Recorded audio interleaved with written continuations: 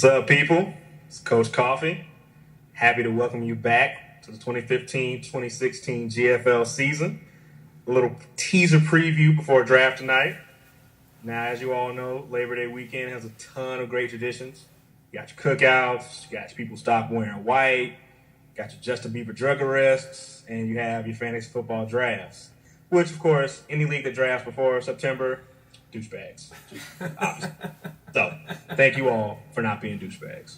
But enough of the pleasantries. Getting right into a brief recap of last season.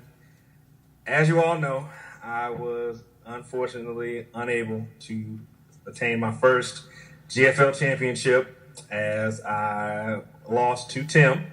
So, congratulations. I commend you for a great season and an admirable effort. In a completely unrelated story, it is not possible to make NFL appeals for fantasy football results, in case you were wondering. But, enough about that. No anyway, regarding tonight's draft, we got a lot of people looking to make some things happen this year. Everybody's looking to take down Tim now. He's the hunted now. He's a champ. So, taking a look at this draft order, just basically reverse order of last season. First is last, last is first. So we got Jake. He's on top, which, according to reliable sources, is something you don't get to say very often, if you know what I mean. Just kidding. But seriously. And then you got Max right behind him, and the list goes down until you get to the bottom of the order with myself, followed by our reigning champ, Tim Run TMC McManus. So, strategy is going to be key here, of course, with the snake format. Got to make sure you hit your targets, get your sleepers, get your must-haves off the board, don't miss out on any runs on key positions, etc., etc. So, that'll be a good time. But speaking of the draft, I wanted to make sure we brought everyone up to speed. I'm sure none of us remember this, but last season we had a few trades that actually involved draft picks for this draft. So, Jake is going to have a couple fifth-rounders. Max is going to have a couple seventh-rounders. So, that'll be fun to watch to see whether or not those picks actually turn out to be anything worthwhile. Of course, with Jake and a draft pick, I'm sure he'll find some way to complain about somebody stealing the player he wanted, even though he has 2 picks in a round. But Max, I don't know. Maybe Max will draft somebody who retired from another sport. There's no telling. He's a wild card. Don't go for Tebow, Max. Don't go for Tebow. Yeah. I mean, no. He's a lot of upside. A lot of upside. But, hey, who am I to judge? But yeah, man, looking forward to this draft. Should be pretty cool. Yeah. A lot of cool stuff. Yeah, this is going to be awesome. So, moving into this draft, do you have any preseason predictions for who's going to take the ship or what?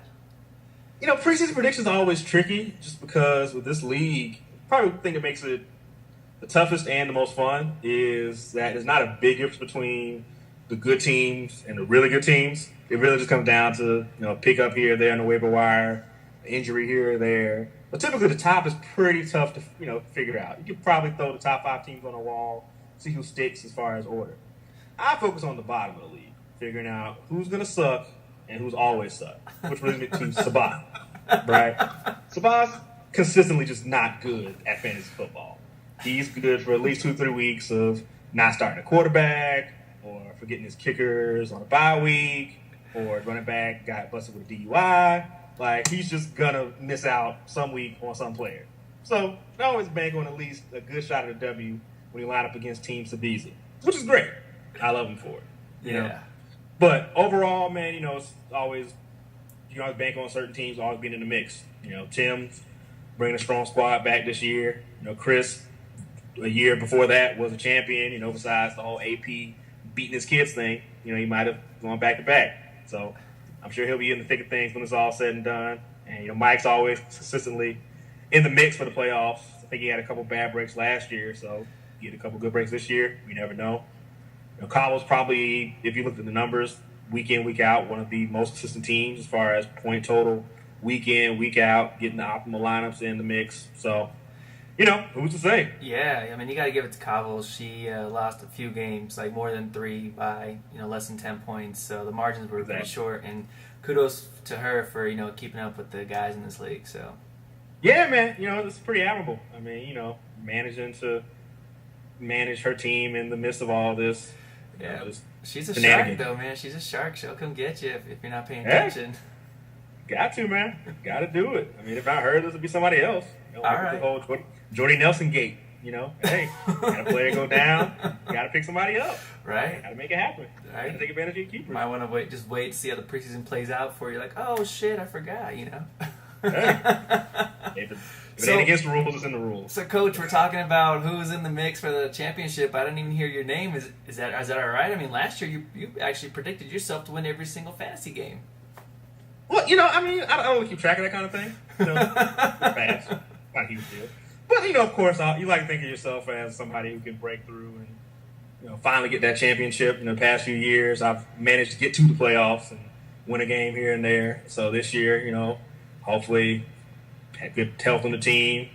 Don't have too many duds. Make a waiver wire pick up here or there. Yeah. And, yeah. Well, good luck to you for that, for sure. So, what can people expect this year from you and your Coach's Corner? This year, we're trying to take Coach's Corner to the next level.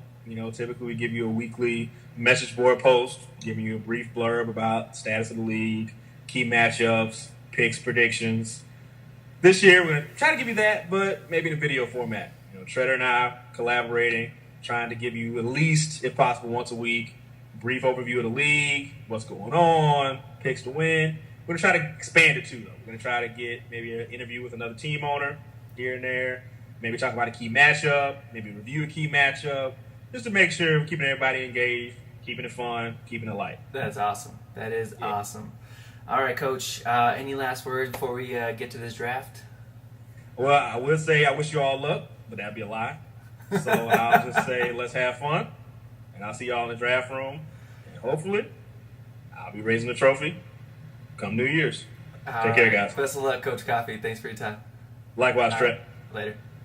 Later. The ghost.